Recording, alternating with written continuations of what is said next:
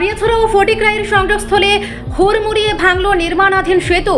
নির্মাণের কাজের অভিযোগে সরব সুদীপ রায় বর্মন। পাবিয়াছড়া ও ফটিকরাই বিধানসভা কেন্দ্রের অন্তর্গত গুরুত্বপূর্ণ সংযোগস্থল সোনাইমুড়ি তেলিয়া গ্রাম এলাকায় নবনির্মিত সেতুর একটি অংশ হঠাৎই ভেঙে পড়ায় তীব্র চাঞ্চল্য ও জনরোষের সৃষ্টি হয়েছে। বহু বছরের প্রতীক্ষার পর এলাকার মানুষের দীর্ঘদিনের দাবির ভিত্তিতে নির্মিত এই সেতুটির এমন কঙ্কালসার দশা দেখে রীতিমতো আতঙ্কিত স্থানীয় বাসিন্দারা। খবর পেয়ে বুধবার এই দুর্ঘটনাগ্রস্ত সেতুটি সরেজমিনে খতিয়ে দেখতে ঘটনাস্থলে পৌঁছান কংগ্রেস বিধায়ক সুদীপ রায় বর্মন। তার সঙ্গে ছিলেন কংগ্রেসের একটি প্রতিনিধি দল। ক্ষতিগ্রস্ত সেতুটি পর্যবেক্ষণ করার পর তিনি বর্তমান নির্মাণ কাজের গুণগত মান নিয়ে ক্ষোভ উগরে দেন। সুদীপ রায় বর্মন অভিযোগ করেন যে চূড়ান্ত গাফিলতি এবং নিম্নমানের নির্মাণ সামগ্রী ব্যবহারের ফলে উদ্বোধনের আগে এই দুর্ঘটনা ঘটেছে। তিনি স্পষ্ট ভাষায় বলেন, সরকারি কোষাগারের টাকা এভাবে জ্বলে দেওয়ার কোনো অধিকার কারণে। তথ্য অনুযায়ী গুরুত্বপূর্ণ সেতুটি নির্মাণ কাজ শুরু হয়েছিল 2017 সালে, কিন্তু মাঝপথে রহস্যজনক কারণে দীর্ঘদিনের কাজ থমকে থাকার পর পুনরায় টেন্ডার ডেকে কাজ শুরু করা হয়। বর্তমানে কলকাতার একটি নির্মাণ সংস্থা পূর্ত দপ্তরের সরাসরি তত্ত্বাবধানে 6 কোটি টাকারও বেশি ব্যয়ে এই প্রকল্পটি সম্পন্ন করেছিল। এত বড় বাজেটের একটি কাজের এই করুণ দশা দেখে বিধায়ক সংশ্লিষ্ট দপ্তরের ভূমিকা নিয়ে কড়া সমালোচনা করেন। পরিদর্শন শেষে সাংবাদিকদের মুখোমুখি হয়ে সুদীপ রায় বর্মন রাজ্যের বিভিন্ন উন্নয়নমূলক প্রকল্পের স্বচ্ছতা নিয়ে প্রশ্ন তোলেন। তার দাবি, বর্তমানে উন্নয়নমূলক কাজগুলোতে একটি অশুভ নেক্সাস বা যোগসাজশ তৈরি হয়েছে, যেখানে সাধারণ মানুষের নিরাপত্তা ও স্বার্থকে বিসর্জন দিয়ে কেবল অসাধু মুনাফা লোটার চেষ্টা চলছে। তিনি সরাসরি পূর্ত দপ্তর ও প্রশাসনের উপর তো দেগে বলেন যে সেতু মানুষের যাতায়াতের মাধ্যম হওয়ার কথা ছিল, তা আজ মরণফাঁদে পরিণত হয়েছে।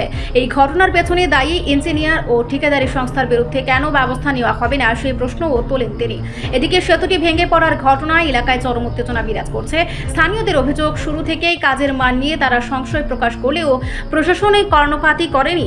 এখন এলাকাবাসীর দাবি, অবিলম্বে এই ঘটনায় উচ্চ পর্যায়ের তদন্ত করে দোষীদের কঠোরতম শাস্তি দিতে হবে। পাশাপাশি ফের যাতে উন্নত মানের সামগ্রী দিয়ে এই সংযোগ সেতুটি দ্রুত মেরামত বা পুনর্নির্মাণ করা হয় সেই দাবি তুলেছেন স্থানীয় গ্রামবাসী ও পথচারীরা। উদ্বোধনের আগে সরকারি প্রকল্পের এমন পরিণতি রাজ্যের নির্মাণ ব্যবস্থার উপর বড়সড় প্রশ্নচিহ্ন বসিয়ে দিল।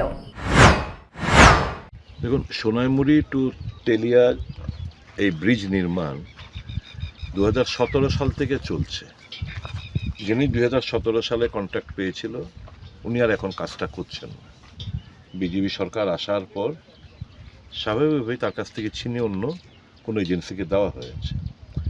গতকাল এখানে এই ব্রিজ আর একটা পোর্শন ঢালাই দেওয়ার সময় ভেঙে পড়ে গেছে সম্পূর্ণ। আপনারা দেখেছেন যে একটা বিশাল অংশের ব্রিজ ভেঙে পড়ে গেছে। তো স্বাভাবিকভাবেই প্রশ্ন উঠছে বিভিন্ন দিক দিয়ে, যা কোয়ালিটি আমরা দেখছি মেটেরিয়ালসের, সিমেন্টই হোক, আপনার গ্রেভেলসই হোক, আপনার বালি হোক, আপনার স্টিলই হোক, সব নিম্নমানের কোয়ালিটির মেটেরিয়ালস। আমি বুঝতে পারছি না, ইঞ্জিনিয়াররা তো ঢালাইয়ের সময় ইঞ্জিনিয়াররা প্রেজেন্ট থাকার কথা, নিশ্চয়ই প্রেজেন্ট ছিলেন। তাহলে প্রেজেন্ট থাকার পরেও এরকমটা কেন হলো? তা নিশ্চয়ই 2 নম্বরই মেটেরিয়াল শুধু না, কোনো মতো একটা গোজামিল দিয়ে কাজটা সম্পন্ন করার চেষ্টা করছিল এই এজেন্সি। এগুলো তো এগুলো তো বিজেপির জামানায় শুধু আমাদের এখানে না, বিভিন্ন স্কুলের ছাদ ভেঙে পড়ছে, বিভিন্ন ব্রিজ, গুজরাট মডেল তো সারা দেশের মধ্যে আমরা দেখতে পাচ্ছি। বিভিন্ন ব্রিজ, রাস্তাঘাট খসে পড়ছে, বিল্ডিং ভেঙে পড়ছে, বড় বড় ফাটল ধরছে।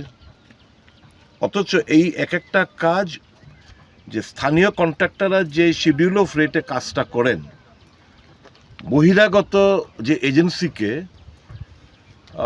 ধরুন 40%, 50% অ্যাভাব TSR, ত্রিপুরা শিডিউল অফ রেটের উপরে কাজ দিচ্ছে, যেটা আমাদের এখানকার কন্ট্রাক্টররা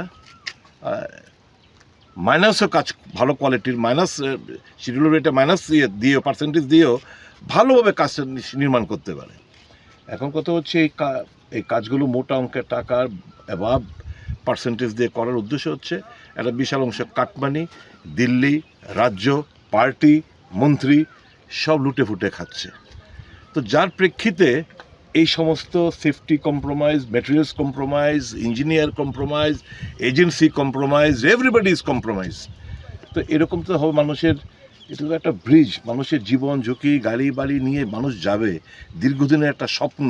এই এই এই সোনাইমুড়ির তো তেলিয়া এই জায়গাটা দীর্ঘদিনের মানুষের স্বপ্ন। ব্রিজটা 2017 সাল থেকে আরম্ভ হচ্ছে, যদি স্থানীয় কন্ট্রাক্টর তো কবেই শেষ করে ফেলতেন। আর আজকে প্রায় 10 বছর হতে চলছে, 9 বছর রানিং। এই কাজের অবস্থাটা দেখুন আপনারা কি হচ্ছে। ব্রিজ কমপ্লিট হয়নি, আর এখানে মানুষের জীবন নিয়ে তারা ছিনিমিনি খেলছে। এটা তো একটা নমুনা আপনারা দেখলেন। এরকম বিভিন্ন জায়গায় দিয়েই এই সমস্ত ঘটনাগুলো ঘটছে। আপনারা প্রাথমিকভাবে তদন্ত নিয়েছেন যে কোন দপ্তর থেকে কাজটা করানো হচ্ছে? আমার যে কোনো দপ্তরে তো এত বড় ব্রিজ স্বাভাবিক পিডাব্লিউডি ছাড়া তো এটা সম্ভব না। নিশ্চয়ই পিডাব্লিউডির তত্ত্বাবধানেই এই কাজগুলো সম্পন্ন হচ্ছে।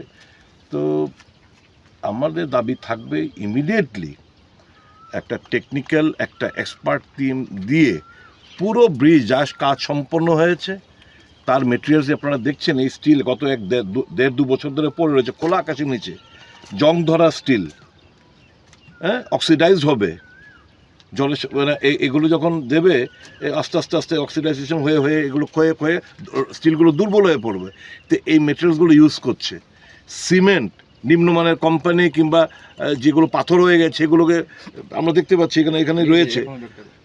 গ্রেভেলসগুলো দেখুন, পাথরগুলো দেখুন, সব মানে তাদের নিম্নমানের কোয়ালিটির মেটেরিয়ালস যে কাজগুলো হচ্ছে। তো আমার অনুরোধ থাকবে সরকারের কাছে, যেটা একটা টেকনিক্যাল এক্সপার্ট টিম গঠন করুন, পুরোটা যেটা সম্পন্ন হয়েছে তার এটা তদন্ত করে এটার কি বলে কোয়ালিটি কন্ট্রোল একটা চেক করুন। আর এটা কেন কীভাবে ভাঙলো, কোন পরিস্থিতিতে ভাঙলো, কার গাফিলতিতে এই জিনিসটা হলো, এটা তদন্ত মারফতে দোষীদের বিরুদ্ধে ব্যবস্থা নেওয়ার আমি দাবি জানাচ্ছি। এবং এই কোম্পানির বিরুদ্ধেও যে যারা কাজটুকু করছেন তাদের বিরুদ্ধে তাদেরকে ব্ল্যাকলিস্টেড করার জন্য আমি দাবি জানাচ্ছি। পরিশেষে এলাকার জনগণের উদ্দেশ্যে আপনি কি বার্তা দিয়ে যাবেন? এটাই তো জনগণকে বলবো, দেখুন বিজেপি এবং এই সরকার তো নির্লজ্জ, তো এরা লাজ লজ্জা নেই, ওপেন ঘুষ খায়, ওপেন করাপশনে জর্জরিত, ওপেন কমিশন বাণিজ্যে জর্জরিত। জনগণ আগামী দিন বিচার করবে, এদের কাঠগড়া দাঁড় করিয়ে তাদেরকে বিচার করতে হবে, এবং জনগণই হচ্ছে সবচেয়ে বড় বিচারক। ধন্যবাদ। রিপোর্ট সংবাদ প্রতীক্ষা।